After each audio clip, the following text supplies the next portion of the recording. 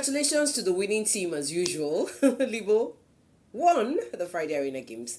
But guys, I have a very big burning question, and it is, why has GASH1 been trying so hard to not win any of these games? Why?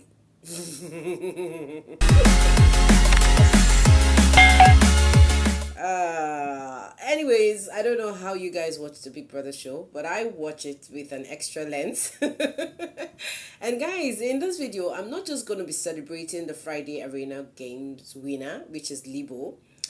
I'm also going to be talking about something that I find very amusing, and that is why GASH1 has been trying so hard, so freaking hard, to come out the best or win any of those games in Biggie's house. You guys, we're going to be talking all about that in this video. Guys, I'm going to be telling you all that happened in the Friday Arena Games, and I'm going to be talking about the things that happened afterwards the Friday Arena Games. You know how I do it. I love to keep it real on my channel. If you're new to the channel, thank you for stopping by. My name is Judy and you're welcome to another update of the Bbmzansi show. Now guys, in this video, I'm not just going to give you an update. I'm going to be giving you an in-depth analytical point perspective of what I think this Arena Games has turned out to be for some of this your favorite housemates. Guys, if this is a cup of tea that you like to know about, do not forget to turn on the post notification bell. Don't forget to subscribe to this channel, guys. I mean, I know so many of you are already subscribers of this channel, but you haven't turned on the post notification bell. So please do turn that on, because that is super important. You don't miss out from any of my juicy gist in this channel. Guys, let's get into the conversation, like already. Now guys, I'm gonna be telling you all about the game. The Friday Arena game was, as usual, was a very interesting game. It was a zombie themed game, and literally the game, I mean, before the Friday Arena games, we actually saw these guys sampling their costumes. We saw Libo, GASH1 and Themba doing some ghost move, some zombie moves. It was quite hilarious to actually see them do that. And then afterwards they got in. I mean, I don't know, but for me, I kind of very scared of watching zombie stuff. So I was watching this Friday Arena Games with like a little, I was watching it a little laid back. Like I didn't have my eyes on it, because those things make me feel some type of way, and I can't explain it.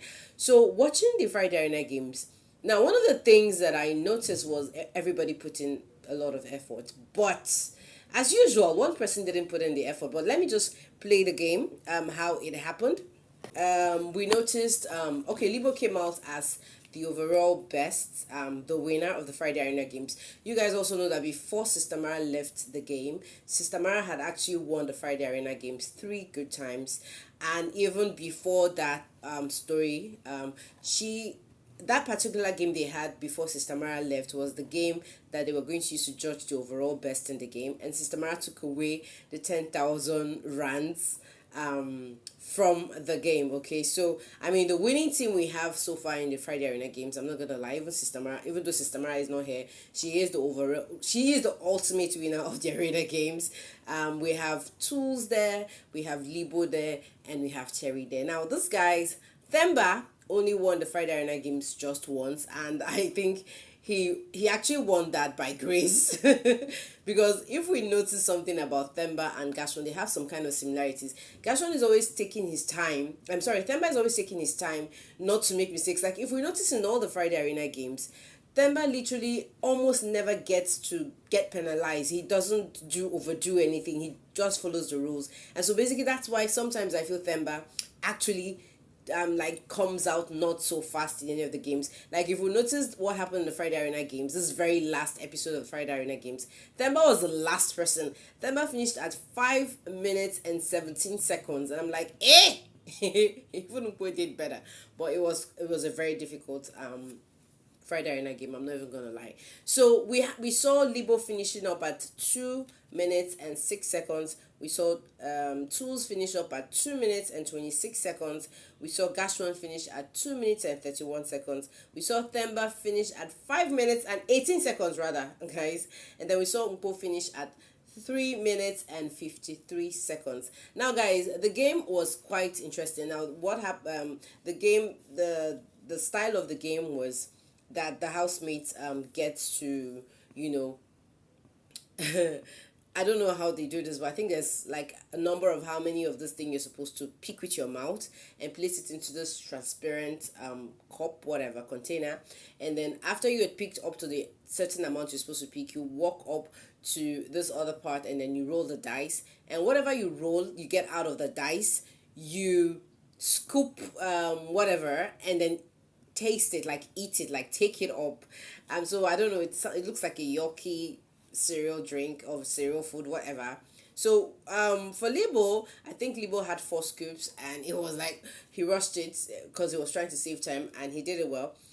For tools, I don't know, for some reason, maybe there was just one thing following tools in this game that literally made tools not win, because looking at the difference, I mean, tools literally came second at the game because he finished at 2 minutes and 26 seconds. So I felt like tools had a lot of obstacles, which made him not to come out the overall best, because we noticed that tools had to scoop like 11. He had to use the go through the using his mouth to take the transport the whatever to the plate. He did that like 11 times.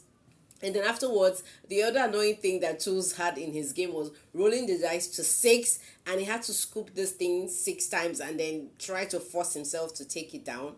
Even at that, Tools still came out as the best, as the second best. Now, the third position, guys, there's a reason why I'm not going to be talking about Mpo's Mpo really did well. She tried. She really, really, really did try. But I'm not going to emphasize on Mpo and Themba's game in this video. I mean, the reasons are very glaring and they came out the least. Okay, so I'm just going to be talking about the top 3 that came out from the arena games. I'm not trying to judge the overall best. I'm just trying to analyze the game the way we should analyze it. Now, Mpo came out even better than Themba. So it literally tells us that Mpo putting a lot of effort in this game, but unfortunately she just didn't end up winning any of the arena games or even any of the H2H games. But I'm even happy that she tasted deputy twice. Now guys, going back to the the second runner-up rather, the person who came third position, GASH1 finished at 2 minutes and 31 seconds. Now I literally feel that GASH1 has been trying so hard. Guys, I literally created a video. I actually created a video sharing about the Friday Arena games, but I felt like something was missing and I literally had to delete that video.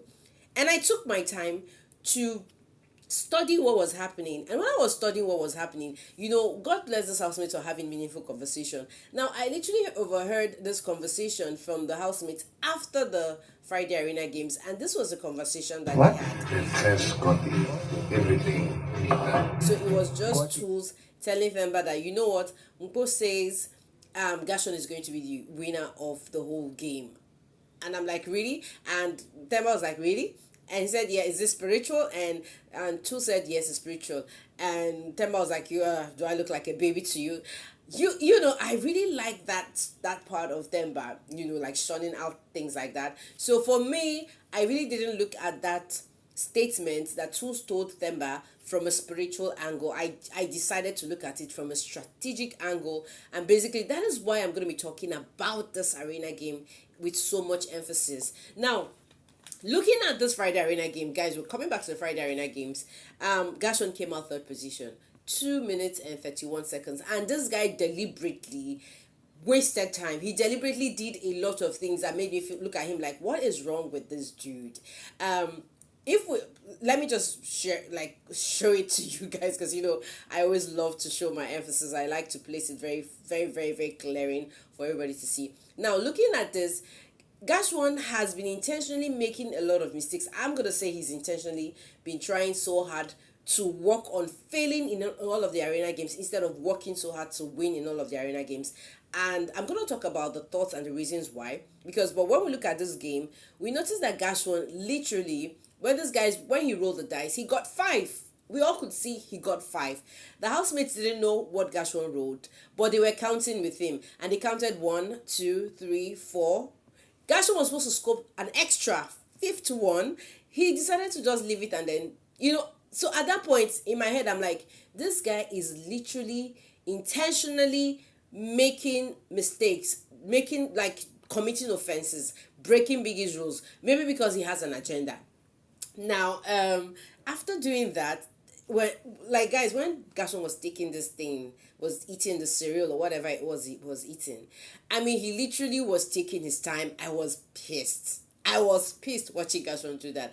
And not even just that, after, while he was still doing that, I mean, we saw him winking. I don't know if it's to the camera, I don't know if it's to the other houses, and I'm like, dude, I got you.